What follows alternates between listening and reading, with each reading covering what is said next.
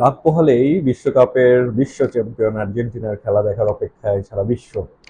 ইতোমধ্যেই আমরা দেখতে পেয়েছি বিভিন্ন মিডিয়ার মাধ্যমে যে আর্জেন্টিনার প্রেস কনফারেন্স, পূর্ববর্তী প্রেস কনফারেন্স কভার করার জন্য সবচেয়ে বেশি সংখ্যক সাংবাদিক সেখানে উপস্থিত হয়েছেন। অন্যান্য কোনো দলের বেলায় সেটা ঘটেনি, যে পরিমাণটা আর্জেন্টিনার প্রেস কনফারেন্সের ক্ষেত্রে ঘটেছে। আসলে আর্জেন্টিনার এই দলটা অত্যন্ত ভিন্ন রকম একটা দল। এই দলটার মধ্যে মানুষের অনুভূতিটা, আবেগটা খুব বেশি কাজ করে। এটার কারণ যে শুধুমাত্র লিওনেল মেসি একা তা না। এটার পেছনে আরো অনেক কারণ আছে। এই দলটায় মেসি ছাড়া বাকি যারা আছেন তারা প্রত্যেকে হচ্ছে মেসির ফ্যান, মেসির ভক্ত। তারা আসলে মেসির সহকর্মী না। তারা ফুটবলটাকে আর্জেন্টিনার হয়ে এমনভাবে খেলেন যে তারা মেসির জন্য খেলছেন। মেসি কিন্তু খেলছে আসলে দেশের জন্য, আর্জেন্টিনার জন্য। বাট বাকি যে প্লেয়াররা আছেন মেসি ছাড়া, তারা সবাই মেসির জন্য ফুটবলটা খেলছেন। এখানে আহ, খুব বেশি স্টার প্লেয়ার যে আছে মেসি ছাড়া বাকিরা, তেমনটা কিন্তু না। কিন্তু এরা যখন মেসির সাথে নামে খেলতে, তখন কিন্তু আসলে এরা ওই রাতের জন্য স্টার প্লেয়ার হয়ে যায়। তাদের খেলাটা এরকম হয়ে যায়। আর এই আহ, দলটার আরেকটা বড় যে ব্যাকগ্রাউন্ড, সেটা হচ্ছে গিয়ে, আমি ব্যাকগ্রাউন্ড বলবো না, আমব্রেলা বলবো, ছাতা বলবো, সেটা হচ্ছে গিয়ে কোচ কোচ লিওনেল স্কালোনি।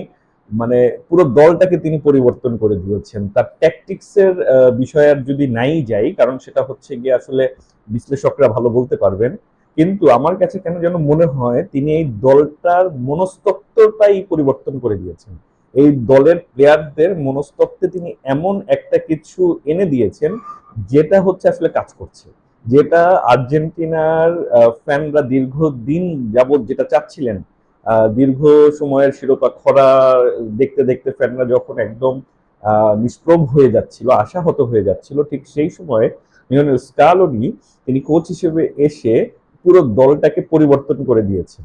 দলটার মনস্তত্ত্বে এমন বিষয় এনে দিয়েছেন যে তাদের জিততে হবে, তাদের জিততে হবে, যেভাবেই হোক জিততে হবে। এবং এই দলটা প্রচন্ড পরিশ্রমী। মেসি ছাড়া বাকি যে প্লেয়াররা আছেন প্রত্যেকে জীবন দিয়ে খেলেন এই দলটা। আপনারা যদি আর্জেন্টিনার খেলাটা দেখে থাকেন, এই দলটার খেলা দেখে থাকেন, দেখতে পারবেন যে তারা জীবন দিয়ে লড়াই করে, এবং জীবন দিয়ে লড়াই করে তারা আসলে, আমার কাছে যেটা মনে হয়, মেসির জন্য। ঠিক আছে, যে মেসিকে জেতাতে হবে। তাদের কাছে ব্যাপারটা এমন না যে আর্জেন্টিনাকে জেতাতে হবে, জেতাতে হবে মেসিকে। হ্যাঁ, তবে এবার ডিমারিয়া নেই, এটা আমি খুব মিস করবো। অন্যদের ব্যাপারটা আমি জানি না। ডিমারিয়া হচ্ছে মেসির, আমি মনে করি যে বেস্ট পার্টনার মেসির জন্য। বাট তবে ডিমারিয়ার জায়গায় যিনি আছেন এবার, নিকোপাস, আমার মনে হয় এবার এবার বিশ্বকাপে তিনি হবেন সবচেয়ে আলোচিত প্লেয়ার। হ্যাঁ, নিকোপাসের যে খেলা, তার যে খেলার ধরন, কোনো অংশে ডিমারিয়ার চেয়ে কম না। আমি এখন পর্যন্ত যতটুকু দেখেছি, আহ, অসাধারণ একটা প্লেয়ার। এবার বিশ্বকে তিনি মুগ্ধ করবেন। আর ওদিকে তো ডিপল আছেই মেসিকে সবসময় অ্যাসিস্ট করার জন্য। পাশাপাশি আলভারেজ মেসি পাশে থাকবেন স্ট্রাইকিং এ। Very very good player Alvarez, striker. আর আর এর বাইরে যে আছে বাজপাখি, মার্টিনেজ, অসাধারণ অসাধারণ। ওটামেন্ডির বয়স হয়ে গেছে, বাট তার অভিজ্ঞতাটা কাজে লাগবে। আর এর ছাড়াও হচ্ছে গিয়ে ম্যাকালিস্টার, দুর্দান্ত। তারপরে হচ্ছে আরো যে আছেন, নামটা আমি ভুলে গেলাম, মলিনা, ডিফেন্ডে অসাধারণ অসাধারণ। তো আমার মনে হচ্ছে আর্জেন্টিনা অপরাজিত থাকবে এই বিশ্বকাপে।